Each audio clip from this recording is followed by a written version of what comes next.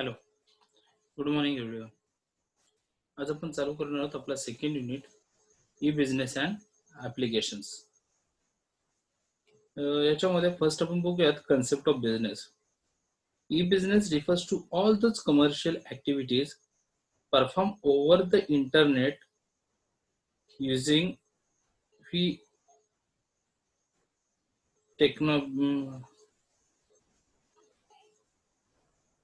using technology.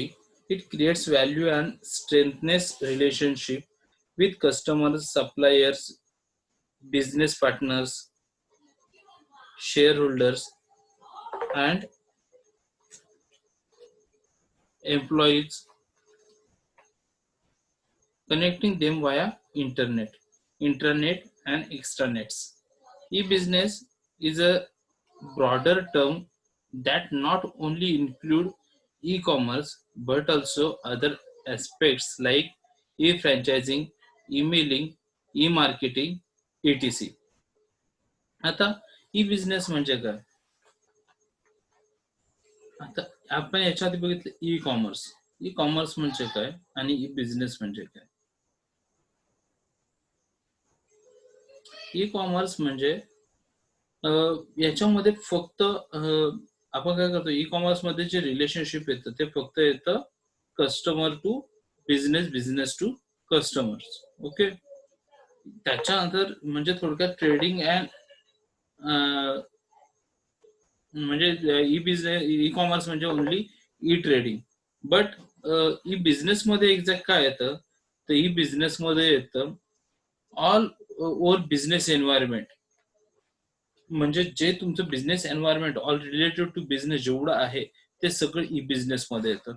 Means त्याच्यामध्ये त्यांनी दिलेलं आहे काय, like e franchise, E mailing, E marketing, त्याच्यानंतर तुमच्या याच्यात शेअर होल्डर्स वगैरे यांच्याशी, सो ई वेंडर्स वगैरे हे सगळे तुमचे जे आहे म्हणजे बिझनेस साठी लागणार जेवढं पण मटेरियल आहे, जेवढं पण प्रोडक्ट आहे, जेवढं पण एन्व्हायरमेंट आहे ते सगळं इलेक्ट्रॉनिकली कनेक्ट करणं, बिझनेसशी कनेक्ट करणं म्हणजे ई बिझनेस. आणि ई कॉमर्स हा ई बिझनेसचा एक पार्ट आहे ई कॉमर्स. सो पुढे बघूयात, e business affects the whole business and the value chain in which it operates. E-business may be defined as the conduct of industry, trade and commerce using the computer networks. इथे बघा म्हटले त्यांनी E business म्हणजे काय, conduct of industry, इंडस्ट्रीला conduct करतो, trade म्हणजे trading and commerce. E commerce हा त्याच्यातला एक पार्ट आहे. इंडस्ट्री रिलेटेड, ट्रेडिंग रिलेटेड आणि कॉमर्स रिलेटेड जेवढा पण ई ऍक्टिव्हिटीज येतात त्या येतात under e business. Using the computer networks, computer नेटवर्कचा यूज करून it enables a much more integrated level of collaboration between the different components of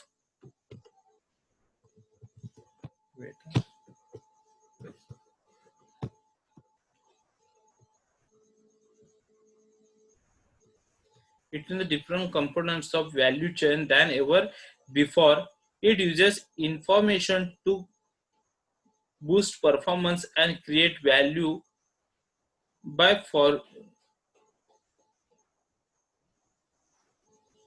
forming new relationship between and among business and customers. आता याच्यामध्ये काय होतं, तिथे मध्ये E business effect the whole business and the value chain in which it operates. म्हणजे E business आणि E business पासून जेवढा पण चेन्स आहेत ज्या की ई बिझनेसशी कनेक्टेड आहेत त्या सगळ्या ऑपरेट्स करायचं काम कोण करत असतं, E business. E business may be define as the conduct of industry, trade and commerce आपण पाहिलं. Then it enables a much more integrated level of collaboration between different components of value chain than ever before. जेवढा पण value chain आहेत, जेवढे पण त्याचे component जे आहेत, डिफरंट कंपोनंट्स त्यांच्या आणि बिझनेसच्या मध्ये कोऑर्डिनेट करायचं काम कोण करत असतं, E business. It uses information to boost performance and create value by forming new relationship between and among business and customers.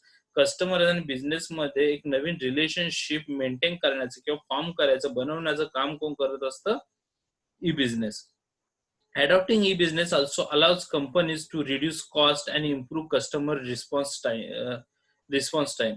काय करत असतं E business also allows, e business अजून कशाला अलाउ करतं, कंपनीचे कॉस्ट रिड्यूस करण्यासाठी आणि कस्टमर जे रिस्पॉन्स आहेत ते इम्प्रूव्ह करण्यासाठी ई बिझनेस मदत करत असतं. The three primary process that are enhance in E business are, E business मध्ये 3 प्रायमरी प्रोसेस चालतात, त्या बघूयात कोणत्या आहेत त्या. फर्स्ट वन आहे production process. includes procurement, ordering of stocks, and its replenishment, electronic payments processing linked with suppliers and vendors. Production process मध्ये मग कोणते येतात तर प्रोडक्शन प्रोसेस मध्ये वेंडर्स रिलेशनशिप येतं, कारण तुम्हाला जोपर्यंत रॉ मटेरियल वेंडर करून तुम्हाला मिळत नाहीये, सप्लायर्स कडून मिळत नाहीये, तोपर्यंत तुम्ही ते पुढे पाठवू शकत नाही. सो तुम्हाला लागणार रॉ मटेरियल स्टॉक्स, मग ते सुद्धा तुम्ही ई बिझनेस थ्रू एकमेकांशी कनेक्टेड असता. देन ऑर्डरिंग ऑफ स्टॉक्स, त्यांना स्टॉक्स ऑर्डर करणं म्हणजे तुमचं तुमची ऑर्डर प्लेस करणं, त्याच्यानंतर ती ऑर्डर प्लेस झाल्याच्या नंतर तुमची तिथून त्यांनी ऑर्डर तुमची डिलिव्हर केली की नाही, या सगळ्याचं ट्रॅकिंग डिटेल्स वगैरे, इन्क्लुड्स प्रोक्युरमेंट, त्याच्यानंतर तुमचं एखादं प्रोडक्ट बनवण्यापासून सगळ्यामध्ये तुम्हाला ई बिझनेसची गरज लागते. सो प्रोडक्शन प्रोसेस हा त्याचा फर्स्ट प्रोसेस आहे ई बिझनेसची. Then second one customer focus process, include promotional and marketing efforts, sales over the internet, purchase order processing and payment, and customer support after sales and customer feedback. Customer focus process मध्ये काय येतं, customer focus मध्ये सगळ्यात पहिलं म्हणजे तुमचं advertisement, प्रोडक्टची marketing, त्याच्यानंतर त्या प्रोडक्टची सेलिंग झाल्याच्या नंतर थोडक्यात तुम्ही प्रोडक्टचे प्रमोशन ऑनलाईन करताय. आता बी बिझनेस मध्ये तुम्हाला ती गरज पडते, जसं की आता लॉकडाऊनमुळे बरेच सारं सगळ्या ठिकाणी सगळ्या पद्धतीचं ट्रान्सपोर्ट बंद होतं. मग अशा वेळेस तुम्हाला काय कशाची गरज होती, तर तुम्हाला गरज होती ऑनलाईन मार्केटिंगची, ऑनलाईन प्रमोशनची. देन त्याच्यानंतर तुम्ही ऑनलाईन सेलिंग येतं त्याच्यात over the internet. Then purchase order processing, त्याच्यानंतर परचेस ऑर्डर ज्या आहेत कस्टमरच्या ते रिसिव्ह करणं, त्याचे पेमेंट प्रॉपर करून घेणं, आणि त्याच्यानंतर एकदा सेल केलेला प्रोडक्ट सेल केल्याच्या नंतर कस्टमरचा फीडबॅक घेणं, या सगळ्या गोष्टी तुमच्या कस्टमर फोकस प्रोसेस मध्ये येतात, आणि ही प्रोसेस सुद्धा तुमची ई बिझनेस थ्रू ऑनलाईन चालते. देन येतं तुमची third process internal management process, including recruitment, employee services, training and internal information sharing. याच्यामध्ये तुमचं मागच्या वर्षी जसं आपलं झालं MIS वगैरे आपण पाहिलेलं आहे, MIS आउटसोर्सिंग, त्याच्यानंतर तुम्हाला सांगतो इन्क्लूड रिक्रुटमेंट वगैरे, ते HR मध्ये सुद्धा आपण बघितलं आहे, ERP आपण यूज केलेले आहेत. सो या सगळ्या ज्या गोष्टी आहेत इंटरनल किंवा ऑनलाईन ट्रेनिंग असेल, जसं की आता आपण बघतो की आमचे जे ऑनलाईन काम्स आहेत, तुमचं फीज कलेक्ट करणं वगैरे, हे इंटरनल गोष्टी झाल्या. सो या ज्या आहेत इंटरनल मॅनेजमेंट प्रोसेस, ही सुद्धा तिसरी प्रोसेस आहे, ही सुद्धा ऑनलाईन ई बिझनेस मधला थर्ड प्रोसेस आहे. त्याच्यानंतर तुमचं येतं e business enables organizations to accomplish the goals such as reach new markets, create new products or services, enrich human capital, build customer loyalty, best use of existing and emerging technologies, and achieve market leadership and competitive advantages. काय म्हटलं, e business enables organization to accomplish a goal such as, company e business काय करतं की ऑर्गनायझेशनला त्याचे goals complete करण्यासाठी मदत करतं. मग ते गोल्स कोणते आहेत, रिच न्यू मार्केट, नवीन मार्केटमध्ये उतरणं किंवा नवीन मार्केट क्रिएट करणं, देन क्रिएट न्यू प्रोडक्ट, नवीन प्रोडक्ट तयार करणं किंवा नवीन सर्व्हिस कस्टमर्सला देणं, इनरिच ह्युमन कॅपिटल, एम्प्लॉईज वाढवणं किंवा रिलेशनशिप मेंटेन ठेवणं, बिल्ड कस्टमर लॉयल्टी, कस्टमर ला लॉयल ठेवणं आपल्या प्रोडक्ट विषयी, आपल्या सर्व्हिस विषयी, आपल्या कंपनी इंडस्ट्री विषयी, best use of existing and emerging technology, आपल्याकडे असणाऱ्या टेक्नॉलॉजीचा जास्तीत जास्त चांगला यूज करून घेणं, and achieve market leadership and competitive advantage, म्हणजे थोडक्यात आणि मार्केटमध्ये आपल्या नावाचं एक ब्रँड बनवणं. सो ह्या सगळ्या गोष्टी करण्यासाठी, हे सगळे गोल्स अचीव्ह करण्यासाठी कोण मदत करत असतं ऑर्गनायझेशनला? E business. Then according to Lou Gerstner, IBM CEO, E business is, आता IBMच्या सीईओ ने एक डेफिनेशन म्हटलेली आहे ई बिझनेसची, ती बघूयात आपण काय आहे ती. E business is all out cycle time, speed, globalization, enhance productivity, reaching new customers, and sharing knowledge across institute for competitive advantages. E business म्हणजे काय? Is all about cycle time. म्हणजे तुमचा टाइम चेंज करत जातं. Speed, speed तुमचा वाढवतं, बिझनेसचा speed वाढवणं. Then globalisation means world wide तुमचं प्रोडक्ट पोहोचवणं किंवा सर्व्हिसेस पोहोचवणं, कंपनीचं नाव पोहोचवणं. इन्हान्स प्रोडक्टिव्हिटी, तुमची प्रोडक्टिव्हिटी वाढवणं बिझनेसची, तुमच्या प्रोडक्टची. देन रिचिंग न्यू कस्टमर्स, नवीन कस्टमर्स पर्यंत पोहोचवणं. आणि sharing knowledge across institution for competitive advantages, आणि मार्केटमध्ये चांगलं शेअरिंग नॉलेज, चांगलं नॉलेज पोहोचवणं तुमच्या ऑर्गनायझेशन विषयी, तुमच्या इंडस्ट्री विषयी. हे काम कोण करतं? E business. Then E business versus E commerce. E commerce आणि ई बिझनेस मधला difference. E-commerce covers a firm's interaction with the customers and suppliers over the internet. E-business includes not only e-commerce, but also other electronically conducted business functions such as production, inventory management, product development, accounting and finance, and human resource management. E-business is therefore clearly much more than buying and selling over the internet, that is e-commerce. काय म्हटलंय? E-commerce overs firm interaction with the customers and suppliers over the internet. मी मगाशी तुम्हाला सांगितलं होतं, E कॉमर्सचं काम काय असतं? Interaction with the customers and suppliers over the internet. बिझनेसचं कस्टमर आणि सप्लायर सोबतचं जे रिलेशन आहे किंवा इंटरॅक्शन आहे ते करून देणं काम कोणाचं असतं? ई कॉमर्सचं. मग ई बिझनेस काय? E business includes not only E commerce. म्हणजे काय की ई बिझनेस मध्ये फक्त ई कॉमर्स येत नाही, बट ऑल्सो आणखी काय येतं? Other electronically conducted business functions. आणखी काही आहेत जे इलेक्ट्रॉनिक कंडक्टेड बिझनेस फंक्शन्स आहेत, ते येतात ई बिझनेस मध्ये. मग ते कोणते आहेत?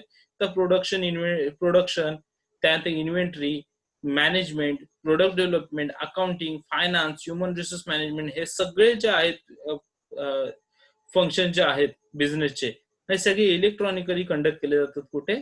ई बिझनेस मध्ये. Management. E business is there for clearly much more than buying and selling over the internet. म्हणजे ई बिझनेस म्हणजे फक्त सेलिंग आणि बाईंग, इंटरनेटवरून फक्त बाय अँड सेल करणं नव्हे, तर त्याच्यापेक्षा खूप जास्त बिझनेस मध्ये इन्क्लूड आहे. आणि त्याच्यामुळे हा एक डिफरन्स आहे ई कॉमर्स. ई कॉमर्स मध्ये आपण तेवढंच म्हणू शकतो, buying and selling over the internet. पण ई बिझनेस म्हणजे तेवढंच नव्हे, तर ई बिझनेस मध्ये खूप साऱ्या फंक्शन्स इन्क्लूड्स आहेत, including E commerce. Then launching online business. Online business जर लॉन्च करायचा असेल तर काय कोणकोणत्या गोष्टी पाहाव्या लागतात बघूयात. Companies use the way to communicate with customers and suppliers by publishing content on their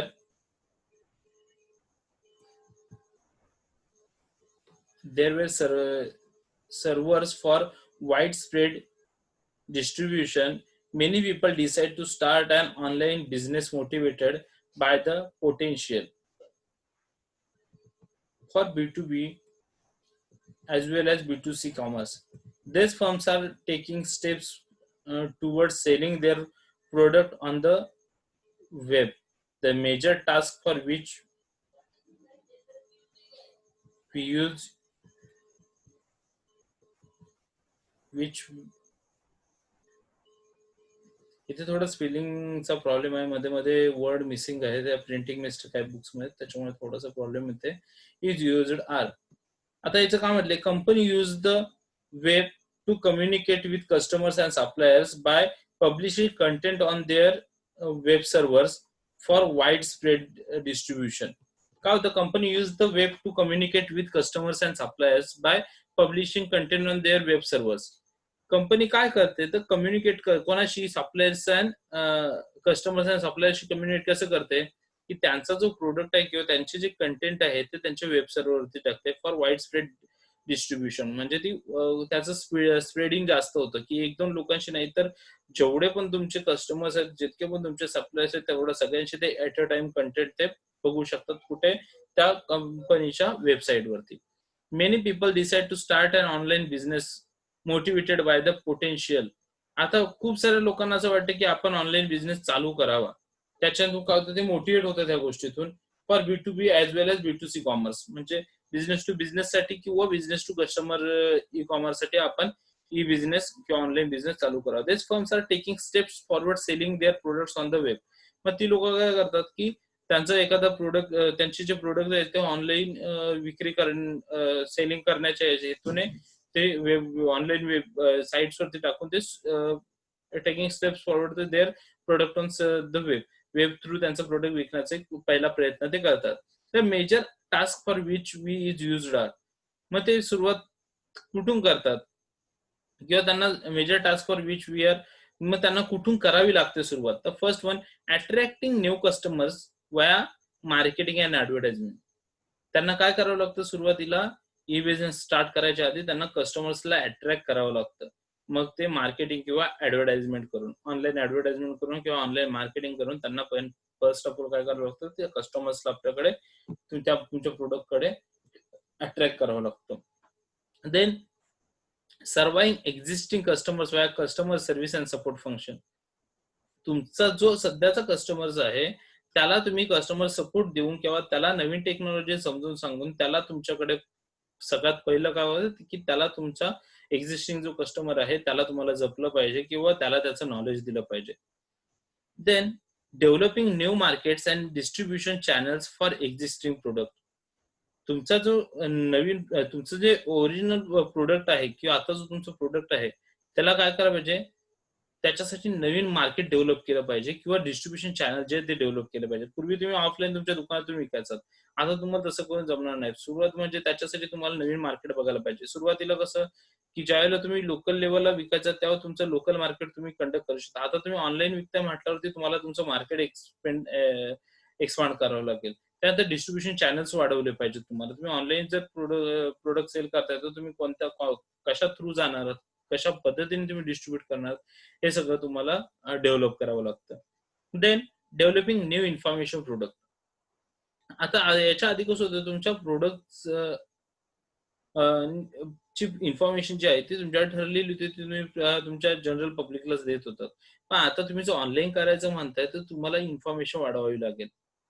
कारण ऑनलाईनला तुम्हाला स्पेसिफिकेशन्स देणं गरजेचं आहे तुमच्या प्रॉडक्टपेक्षा. ज्यावेळेला स्पेसिफिकेशन द्याल आणि अट्रॅक्टिव्ह स्पेसिफिकेशन द्याल, त्याच वेळेस कस्टमर तुमच्याकडे अट्रॅक्ट होणार. So developing new information products.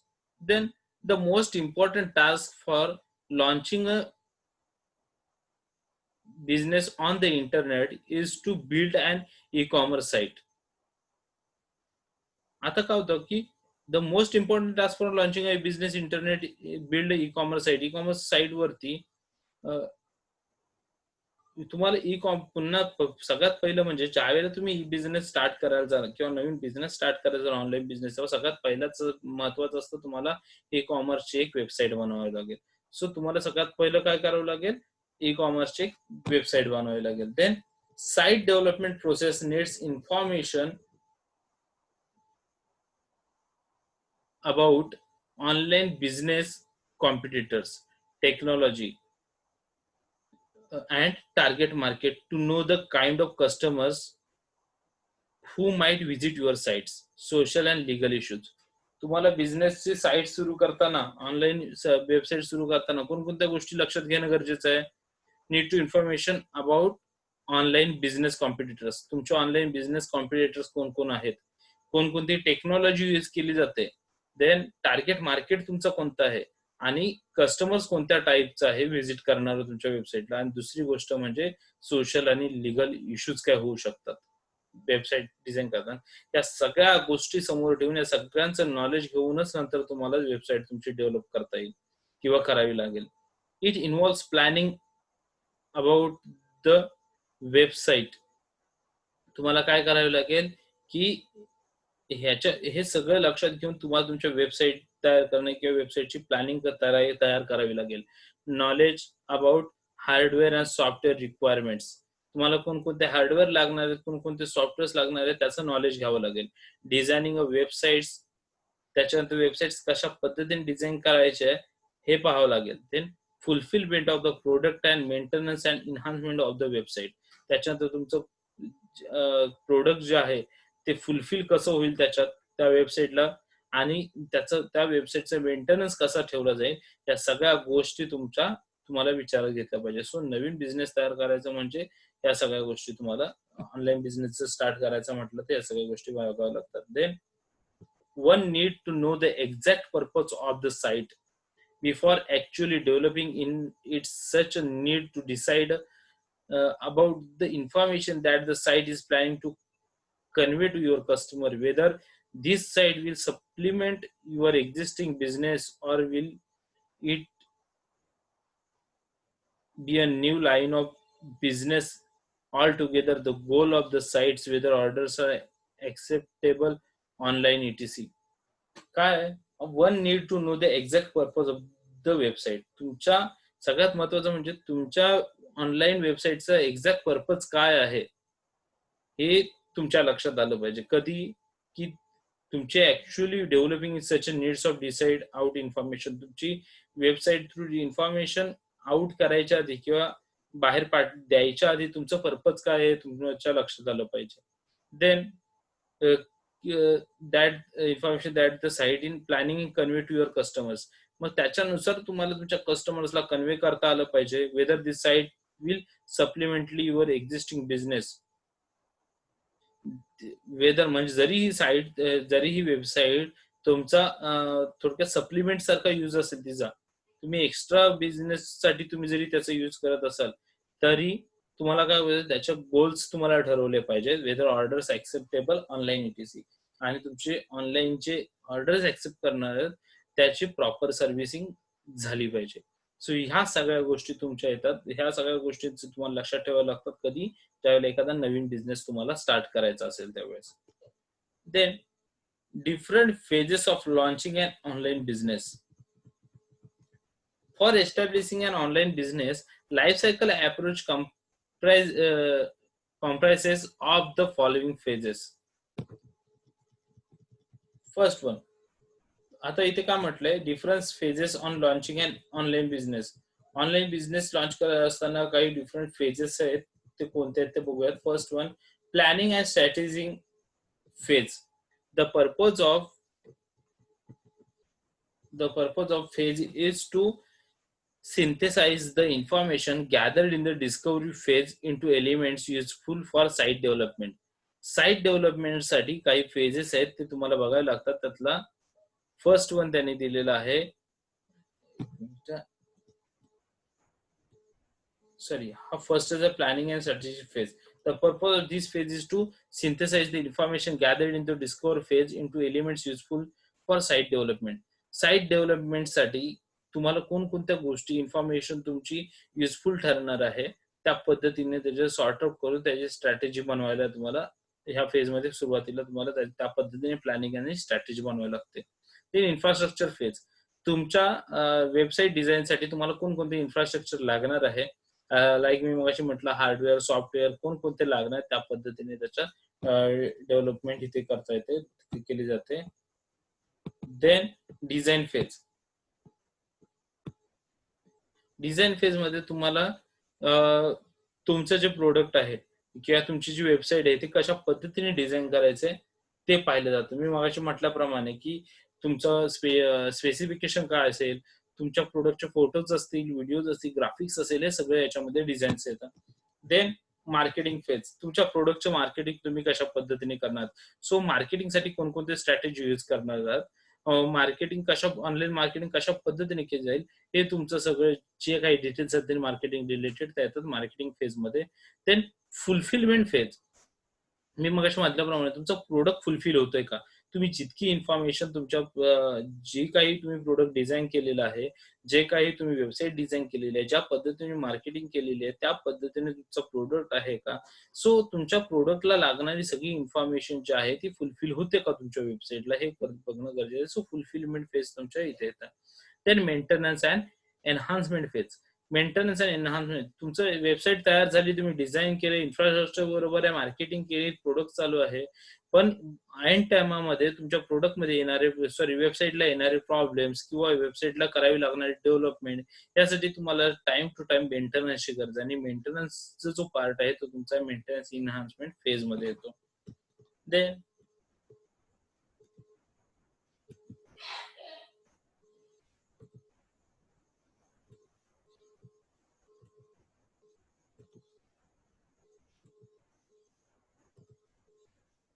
एक मिनिट,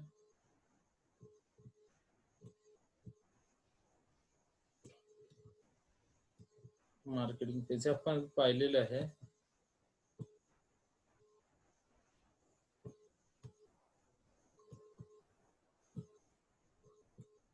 आता याच्यामध्ये मी म्हटलं म्हणजे मग अशी तुम्हाला सांगितलं ना, फुलफिलमेंट फेज, त्यात बघा इथं identify the right direct to customer fulfilment strategy. Customer fulfil होतोय का? Develop in house fulfilment capability.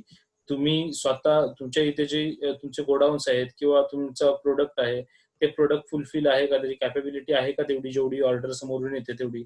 Select third party warehouse and carriage suppliers. तुमची थर्ड पार्टी जी आहे, जिथे तुम्हाला सपोज तुमचं वेअर हाऊस, जिथे तुम्हाला जाऊन तुमचे प्रोडक्ट स्टोअर करायचे आहेत, ते वेअर हाऊस तुमचं कॅपेबल आहे का? सप्लायर्स तुम्हाला कॅरेज देतात का वेळोवेळी? तुम्हाला त्याची सप्लाय मिळतो का?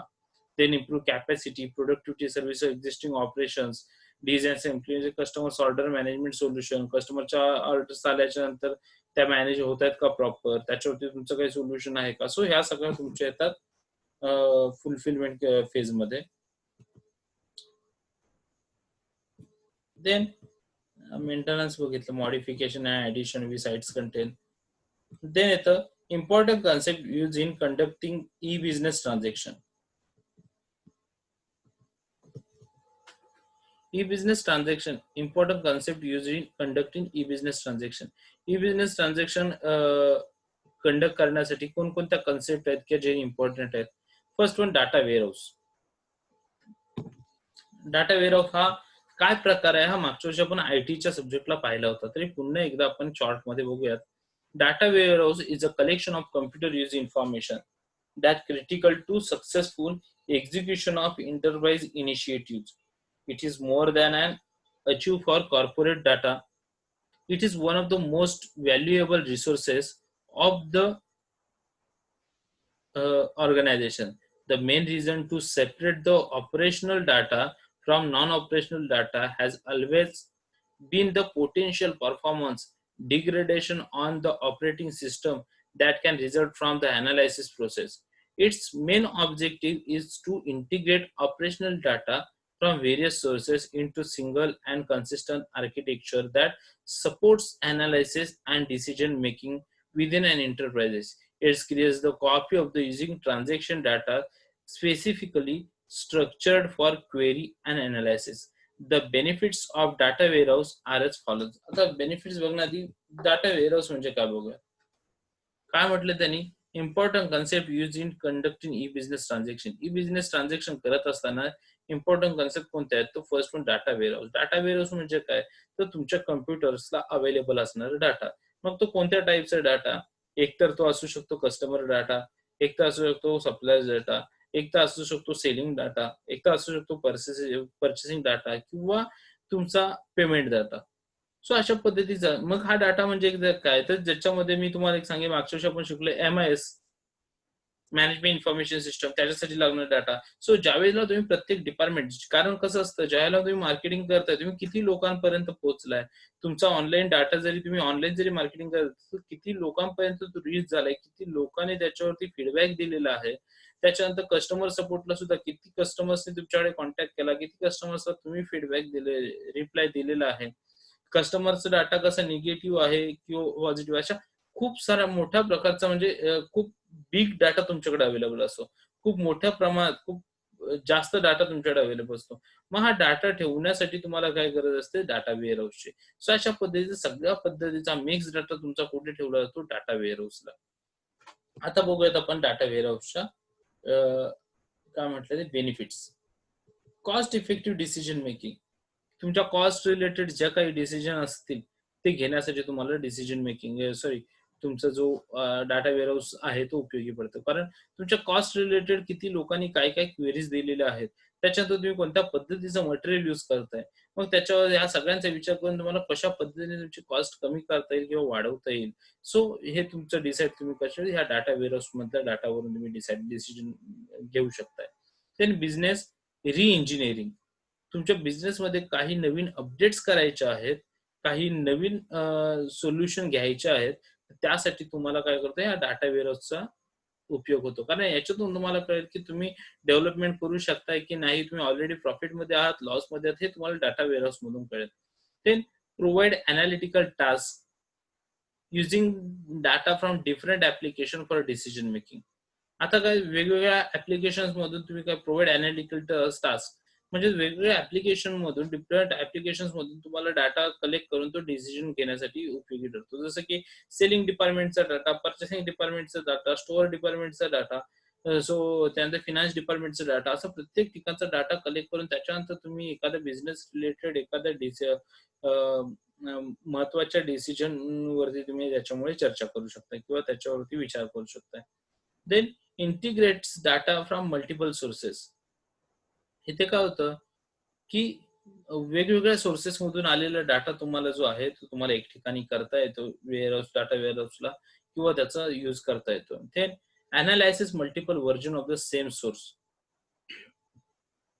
आता एका सेम सोर्स मधून तुम्हाला वेगवेगळे जे व्हर्जन्स आहेत ते अनालाइज करता येतात की जसं की मी म्हटलं की ग्राफ बनवता येतो सेलिंग, त्याच्यानंतर पर्चेसिंग, त्याच्यामध्ये सेलिंग तुमची कमी होते, वाढते. सो तुम्हाला सेम सोर्स मधून या सगळ्या गोष्टी ज्या आहेत त्या अनालाइज करता येतात. थोडक्यात तुम्हाला स्टॅटिस्टिकल डाटा त्याचा क्रिएट करता येतो किंवा तुमच्या समोर त्याचे स्टॅटिस्टिक्स जमा करता येतात. Then improve customer service. आता तुमच्याकडे ऑलरेडी मी डाटा वेअरहाऊसला तुमचा कस्टमरचा डाटा आहे. त्याच्यानंतर किती तुमचे जे कस्टमर्स आहेत त्यांना तुम्ही अ, अ, पुन्हा सर्व्हिस दिलेली आहे. किती कस्टमर्स आहेत जे वन टाईम फक्त सर्व्हिस घेऊन गेलेत. मग ते का सॅटिस्फाय आहेत की नाहीत? मग ते का पुन्हा आले नाहीत? या सगळ्या गोष्टीचा तुमचा जो डाटा आहे तो तुमच्याकडे अवेलेबल असतो डाटा वेअरहाऊसला. त्याच्यामुळे काय होतं की तुम्ही तुमचं कस्टमर सर्व्हिस इम्प्रूव्ह होण्यासाठी मदत होते. Then improve information system. मी म्हटल्याप्रमाणे ह्याच्यामध्ये सगळ्या पद्धतीची इन्फॉर्मेशन अवेलेबल आहे. सो तुमच्याकडे जो डाटा असल्यामुळे तुम्हाला प्रत्येक प्रकारची इन्फॉर्मेशन तुम्हाला अवेलेबल होते.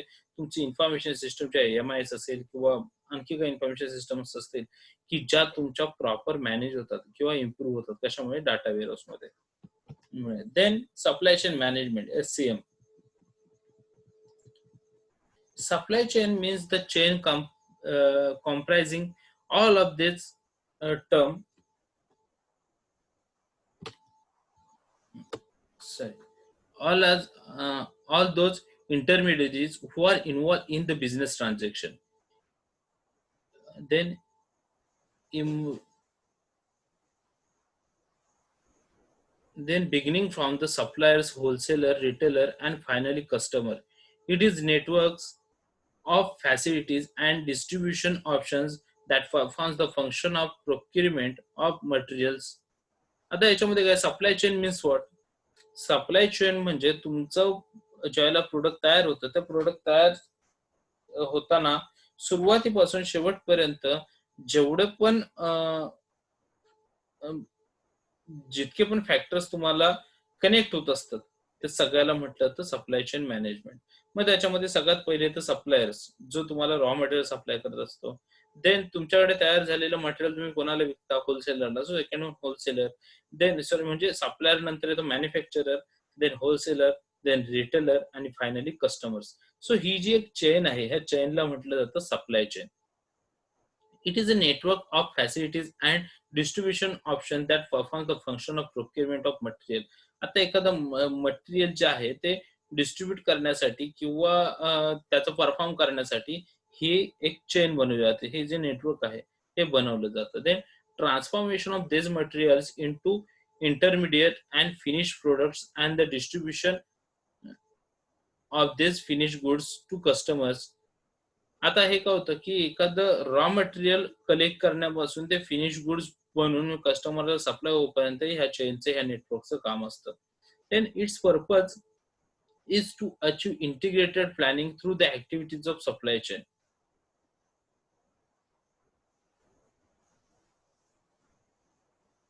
It purpose is to achieve integrated planning. ह्याच्यामध्ये काय होतं की हे कशासाठी सप्लाय चेन बनवली जाते, तर प्रॉपर प्लॅनिंग तुम्हाला हे सुरुवातीपासून शेवटपर्यंत हा सप्लाय चेन व्यवस्थित राहावी याचे एक प्रॉपर प्लॅनिंग व्हावी म्हणून सप्लाय चेन मॅनेजमेंट क्रिएट केली जाते. In E business SCM creates linkages between suppliers and retailers that translate into lower cost, better customer service, and profitability other for both the partners. The main objective of SCMR काय होतं की suppliers and retailer that translate the lower cost. आता इथे काय होतं की both साईडला फायदा होतो. जसं की बघा, मी जर सप्लायर माझं जो कॉमेंट ठेवलं, सप्लायर मी कशावर डिसाईड करतो की ज्याच्याकडून मला कमी कॉस्ट मध्ये चांगल्या क्वालिटीचं मटेरियल मिळेल. त्यानंतर रिटेलरला काय असतं की मला जास्तीत जास्त फायदा कसा याच्यातून मिळेल. सो या सगळ्यामध्ये विचार काय केला जातो सप्लायरनं जर मला कमी किमतीमध्ये एखादं प्रोडक्ट दिलं तर मी काय करणार आहे की मॅन्युफॅक्चरिंगच्या वेळेस सुद्धा त्याची कॉस्ट मॅन्युफॅक्चर केल्या फिनिश गुडची कॉस्ट कमी लावणार आहे. त्याचा फायदा कोणाला होणार, रिटेलरला होणार आहे. सो काय म्हटलंय तर SCM creates linkages between suppliers and retailers that translate into lower cost. आता हे लिंकेजेस काय होतं की ट्रान्सलेट इनटू लोअर कॉस्ट, ह्याची कॉस्ट कमी होण्यासाठी मदत होते आणि better customer service and profitable for both the partners. आणि याच्याने काय होतं की कस्टमर सर्व्हिस चांगली मिळते कारण रिटेलरला तुम्ही वेळोवेळी सगळं पाठवताय. आणि दुसरी गोष्ट की या सगळ्यांचा दोन्ही पार्टनर्सला फायदा होतोय. म्हणजे कोणाला, सप्लायरला सुद्धा फायदा होतोय आणि रिटेलरला सुद्धा फायदा होतोय. The main objective SCMR. आता SCM चे मेन ऑब्जेक्टिव्ह काय आहेत ते बघूयात. Decrease inventory cost by more accurately predicting demand and through just in time delivery.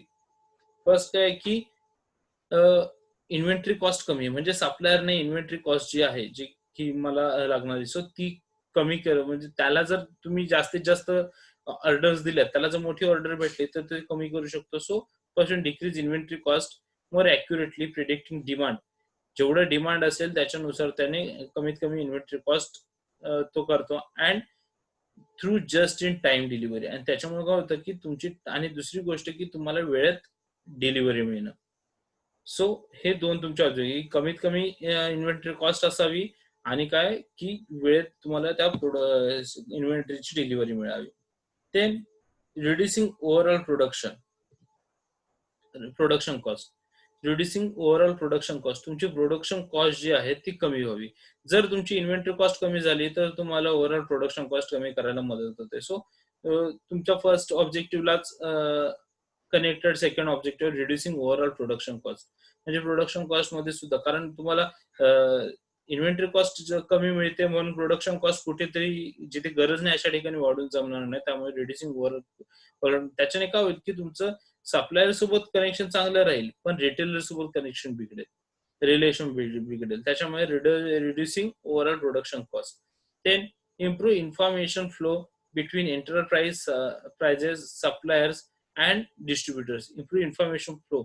आता काय की तुमचं जो इन्फॉर्मेशन आहे किंवा कम्युनिकेशन फ्लो जो आहे कोणाशी, between enterprise suppliers and distributors, supplier distributors किंवा एंटरप्राइजेस, तो जो आहे तो तुम्हाला इम्प्रूव्ह करणं गरजेचं आहे. कारण एखाद्या वेळेस जर तुमचं प्रोडक्शन कमी निघालं, एखाद्या वेळेस तुमच्या कंपनीमध्ये प्रॉब्लेम्स क्रिएट झाले, फिनान्शियल क्रायसिस झाले, तर जर तुम्ही इन्फॉर्मेशन सगळी प्रॉपर इन्फॉर्मेशन जर तुम्ही तुमच्या सप्लायर्सला किंवा तुमच्या डिस्ट्रीब्युटर्सला जर प्रोव्हाइड करत असाल तर ते त्यावेळेस कुठेतरी थोडंसं तुम्हाला समजून घेतील.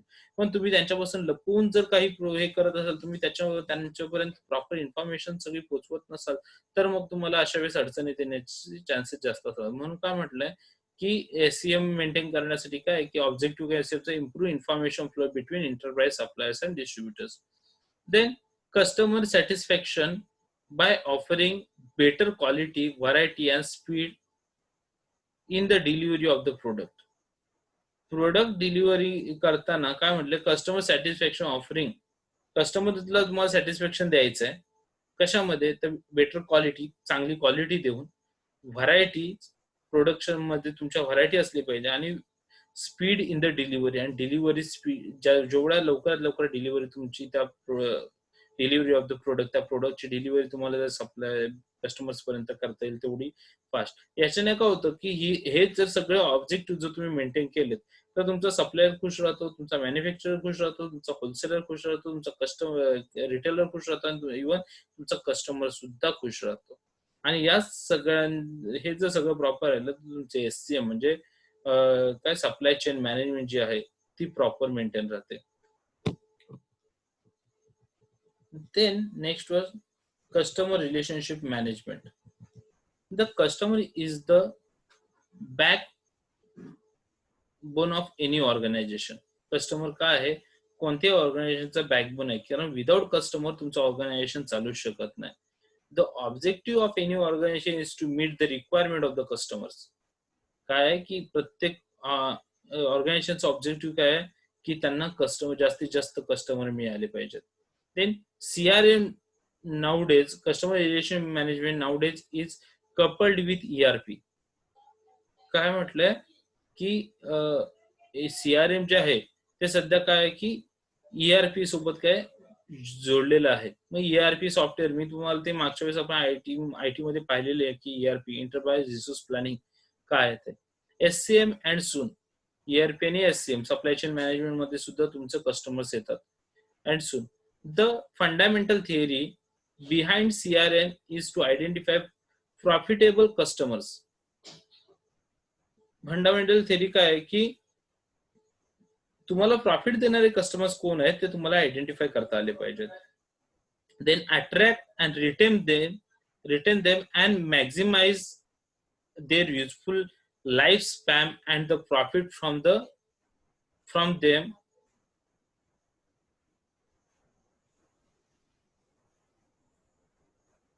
them by establishing good relationship with them. काय आहे की retain them and maximise their useful life span. की त्यांच्यापर्यंत तुम्हाला काय की त्यांना जास्तीत जास्त त्यांना अट्रॅक्ट केलं पाहिजे, त्याच्या एखाद्या प्रोडक्टची त्यांना जास्तीत जास्त सवय लावून ठेवली पाहिजे, अँड प्रॉफिट फ्रॉम देम. आणि काय की त्यांच्याकडून प्रॉफिट आपल्याला कलेक्ट करायचं कशासाठी? तर establishing good relationship with them. त्यांच्यासोबत एक चांगलं रिलेशन मेंटेन करण्यासाठी काय की आपल्याला त्यांच्यासोबत एक प्रॉपर रिलेशनशिप मेंटेन करणं गरजेचं आहे. CRM is a strategy use to learn more about the customers needs and behaviour in order to develop relationship with them.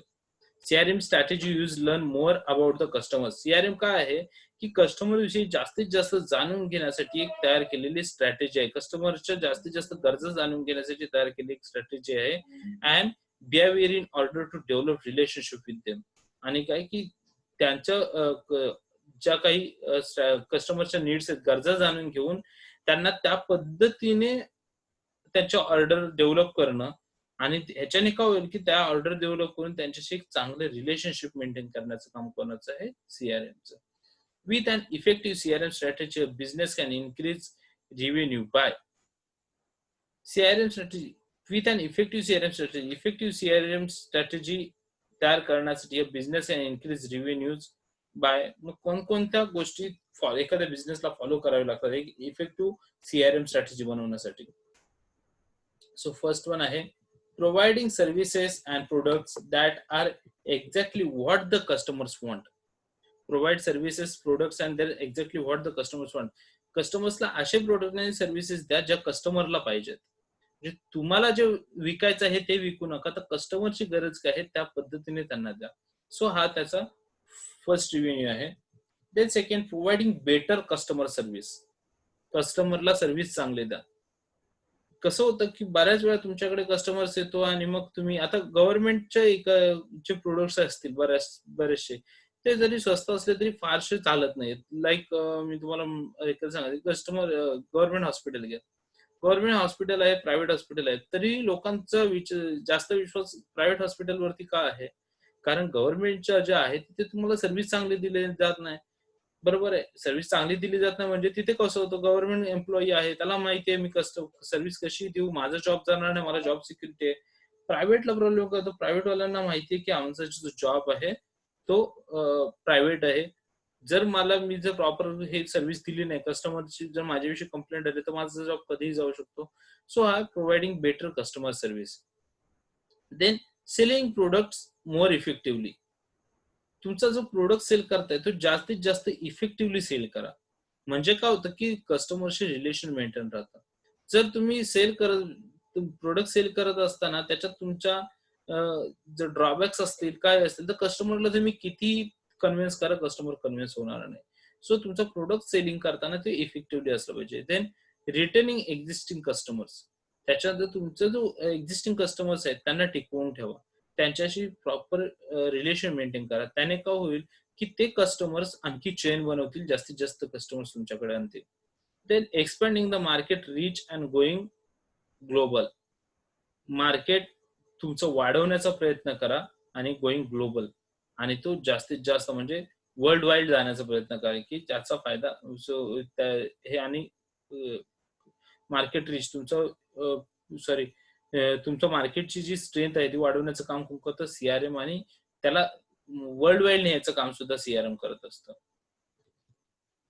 Then येतं वेट हा त्याच्यानंतर येतं ERP, enterprise resource planning.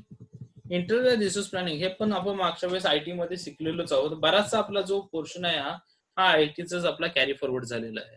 So enterprise resource planning is package business software system that allows companies to automate and integrate the majority of its business process, share common data and practice across the enterprise, and produce and access information in a real-time environment. It is a single. Okay. आता याच्यामध्ये काय enterprise planning is package business software system. याच्यात काय होतं की enterprise resource planning म्हणजे काय की पॅकेज बिझनेस सॉफ्टवेअर सिस्टम, एक software system, business software system आहे. मग याच्यामध्ये एंटरप्राइज मध्ये प्लॅनिंग रिसोर्स मध्ये मी तुम्हाला सांगितलेलं आहे मागे, प्रत्येक बिझनेस नुसार त्यांनी सॉफ्टवेअर पॅकेजेस देतात. लाईक टॅली तुम्हाला प्रत्येक बिझनेसला लागतं, तिथे दिलं जातं. तुमचं HRM असेल तर त्या ठिकाणी तुम्हाला HRM सॉफ्टवेअर दिलं जातं. त्याच्यानंतर तुमचं SCM असेल, SCM मॅनेज करायचं SCM साठी. सो ERP काय करतं, तुम्हाला सॉफ्टवेअर प्रोव्हाइड करायचं काम करत असतं. सो त्याला एंटरप्राइज रिसोर्स प्लॅनिंग. सो तुमच्या ज्या पद्धतीचे रिसोर्सेस आहेत त्या पद्धतीचे तुम्हाला सॉफ्टवेअर प्रोव्हाइड केले जातात. Then unified software program divided into software modules. The main aim is to integrate all departments and functions across company onto a single computer system that can serve all those departments particular needs. इथे काय केलं जातं की कंपनीतले तुमचे जेवढे पण department आहेत ते ERP थ्रू एकाच सर्व्हर खाली आणण्याचा प्रयत्न केला जातो, जेणेकरून तुमच्या वेगवेगळ्या डिपार्टमेंटची माहिती तुम्हाला एकाच सिस्टमला कुठून तरी मिळेल. All the department particular needs single computer system that can serve all those departments particular needs. Then finance, manufacturing and warehouse all still get their own software. काय finance, manufacturing and the warehouse all still get their on.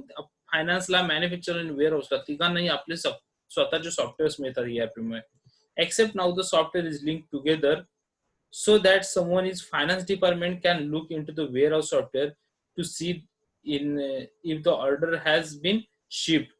काय होतं की finance department काय करू शकतं, warehouse software मध्ये बघू शकतं की ऑर्डर शिप झाले की नाही, कारण ते पेमेंट करणारे कोण आहेत, फायनान्स डिपार्टमेंट आहे. After implementing this software the company obtains integrated system and data, uniform maintenance, common inference across the system, consistent relative information. The main benefits of ERP are as follows. त्याच्यामुळे काय होतं की proper जो data आहे तो maintain ठेवण्याचं काम करता येतं. प्रत्येक डिपार्टमेंटचा डाटा प्रॉपर मेंटेन राहतो. त्याच्यानंतर लागणारा जो डाटा लिंकेज एकमेकाशी लिंक असणारा डाटा जो आहे तो कोणाकडे मागण्याची गरज येत नाही, त्या सॉफ्टवेअरवरून प्रत्येक जण घेऊ शकतो. सो हे बरेच सारे फायदे ERP मुळे होतात. आता ईआरपीचे the main benefits of ERP are main benefits जे आहेत ईआरपीचे ते कोणते आहेत ते बघूयात आपण. First one, effective utilization of resources. प्रत्येक रिसोर्सेसचा जो आहे युटिलायझेशन जे आहे ते इफेक्टिव्ह होतं. म्हणजे याच्यामुळे काय होतं की एचआरएमचं जर एखादं सॉफ्टवेअर एखादं मेंटेन करत होतं, एचआरएम साठी लागणारा जेवढा पण डाटा आहे तो तिथे तुम्हाला मिळेल. की त्याच्यामुळे काय होतं की एचआरएमच्या सिस्टम मध्ये दुसरा कोणीही त्याच्यामध्ये हस्तक्षेप करणार नाही. सो जो काय आहे तो फक्त एचआरचाच माणूस एचआरचा डेव्हलप, त्याच्यामुळे एचआरचा जो डाटा आहे तो प्रॉपर मिळतो. त्याच्यानंतर फायनान्सचा डाटा आहे तो प्रॉपर. सो इथे काय होतं की जेवढे पण रिसोर्सेस आहेत ते इफेक्टिव्हली युटिलाइज होतात. Then automation of business process. Business process आहे जी ऑटोमॅटिकली एका वेने चालू राहते. त्याच्यात कुठेही अडथळे येत नाहीत, अडचणी येत नाहीत. ते इम्प्रूव्ह बिझनेस इफिशियन्सी. बिझनेस मधली इफिशियन्सी आहे ती इम्प्रूव्ह होते, कारण इथे प्रत्येक डिपार्टमेंटचा प्रत्येकाचा वेगवेगळे सॉफ्टवेअर वेगवेगळ्या पद्धतीने ते मेंटेन राहत आहे. Improve product quality. प्रोडक्ट क्वालिटीमध्ये काही प्रॉब्लेम्स येत नाहीत, कारण इथे प्रत्येक कंपनी जसं क्वालिटी कंट्रोल डिपार्टमेंट वेगळं असतं. सो इथे त्याच्यानंतर प्रोडक्ट हे त्याच्यामुळे इथे प्रत्येक गोष्ट चेक करून घेतली, प्रत्येक गोष्टीवरती कंट्रोल राहतं आणि प्रत्येक गोष्टीवरती कंट्रोल राहिलं तर प्रॉपर मॅनेज होऊन प्रोडक्टला सुद्धा क्वालिटी मिळते. सो इम्प्रूव्ह प्रोडक्ट क्वालिटी कशामुळे होतं हे ईआरपी मुळे. तेच बिझनेस इंटिग्रेशन. बिझनेस वाढण्यास, एक्सपांड होण्यास, बिझनेस प्रॉफिट मिळवण्यास सगळ्यामध्ये याचा फायदा होतो. Then flexibility. याच्यामुळे काय होतं की फ्लेक्झिबिलिटी राहते तुमच्या ह्याच्यात बिझनेसमध्ये. कधी कोणत्या गोष्टीमध्ये जर तुम्हाला कमी जास्त झालं, सॉरी बिझनेसमध्ये जसं की आता कोविडमुळे बिझनेस कमी झाला, सो ह्या ज्या फ्लेक्झिबिलिटी आहेत ह्या तुम्हाला त्याच्यात ईआरपी मध्ये बघायला मिळतील. म्हणजे जर एखाद्या वेळेस स्टॉक्स तुमचा कमी आला तरी तो त्या पद्धतीने मेंटेन. सो इथे कसं होतं प्रत्येक डिपार्टमेंटचा प्रत्येक जण मेंटेनन्स बघतोय. त्याच्यामुळे काय होतं की याचा बाकीच्या डिपार्टमेंट्स वरती काही इम्पॅक्ट होत नाही. आणि बिझनेस मध्ये जे आहे ना कमी चढ उतार वगैरे ते तुम्हाला सगळे याच्यात बघायला मिळतात किंवा मेंटेन करता येतात. Use of latest technology. आणि दुसरी गोष्ट म्हणजे याच्यात तुम्हाला नवीन नवीन टेक्नॉलॉजी, जसं की मी म्हटलं एक ईआरपी सॉफ्टवेअर घेऊन चालला तर ईआरपी सॉरी टॅली सॉफ्टवेअर घेऊन चालला तर टॅलीमध्ये सुरुवातीला काय होतं की तुमचं सर्व्हिस टॅक्स वगैरे जे होतं ते सगळं झालं होतं, गव्हर्नमेंट टॅक्स. त्याच्यानंतर आता काय झालं, गव्हर्नमेंट सर्व्हिस टॅक्स वगैरे सगळं बंद झालं आणि एकच आला जीएसटी. आता टेक्नॉलॉजीमध्ये सुद्धा इम्प्रुव्हमेंट झाले, टॅलीमध्ये जीएसटी इन्क्लूड केलं. So use of latest technology. ERP मुळे काय होतं की नवीन नवीन येणाऱ्या टेक्नॉलॉजी तुम्हाला त्याच्यात यूज करता येतात. Then coordinate global demand, supply and production. का म्हटले कॉर्डिनेट? ईआरपी मुळे तुम्हाला ग्लोबल लेवलच्या डिमांड असेल, सप्लाय असेल किंवा प्रोडक्शन असेल ते सगळं तुम्हाला कॉर्डिनेट करता येतं. इव्हन मी म्हणतो तुमच्या फ्रँचायझीज वगैरे असतील तर त्या सुद्धा एकमेकांशी तुम्हाला कनेक्ट करता येतात किंवा एकमेकांशी त्याचं कम्युनिकेशन प्रॉपर राहतं ईआरपी मुळे. सो हे सगळं होतं ईआरपी मध्ये. देन नेक्स्ट लेक्चरला आपण बघणार bricks and clicks business model. So आज आपण इथेच थांबूया.